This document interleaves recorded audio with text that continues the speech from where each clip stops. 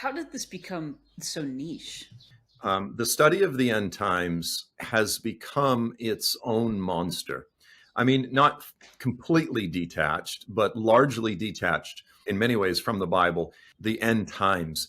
But biblically speaking, it's really not about the end of this world so much as it is the beginning of the next. That's the main focus. And, the Bible uses this analogy. And so I always come back to this. It's the birth pains before the birth. I've had three biological kids. I understand how important it is as the husband. We used to go to these classes, the Lamaze classes.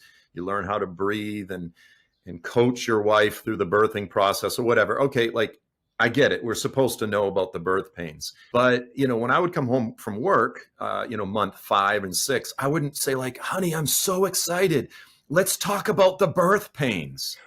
She would be like, no, like, let's get the baby's room ready because we have now a lifetime of raising this child. Like, that's what we're focused on is the birth and then what comes after. But the church itself, it's like we just have these endless birth pain conferences. Let's have a conference. We're going to get together for the weekend. We're just going to talk about the birth pains. We're going to talk about the Antichrist, the mark of the beast, the great tribulation.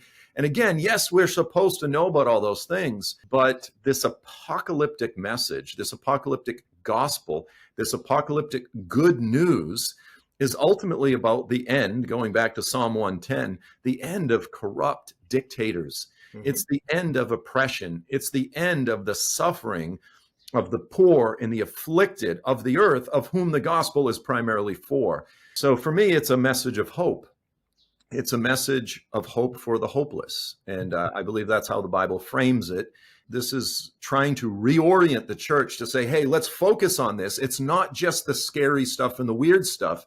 It's the hopeful and inspiring stuff. And it's not secondary. In fact, it's the gospel itself. It's the thing that it is the good news of the good news. Exactly.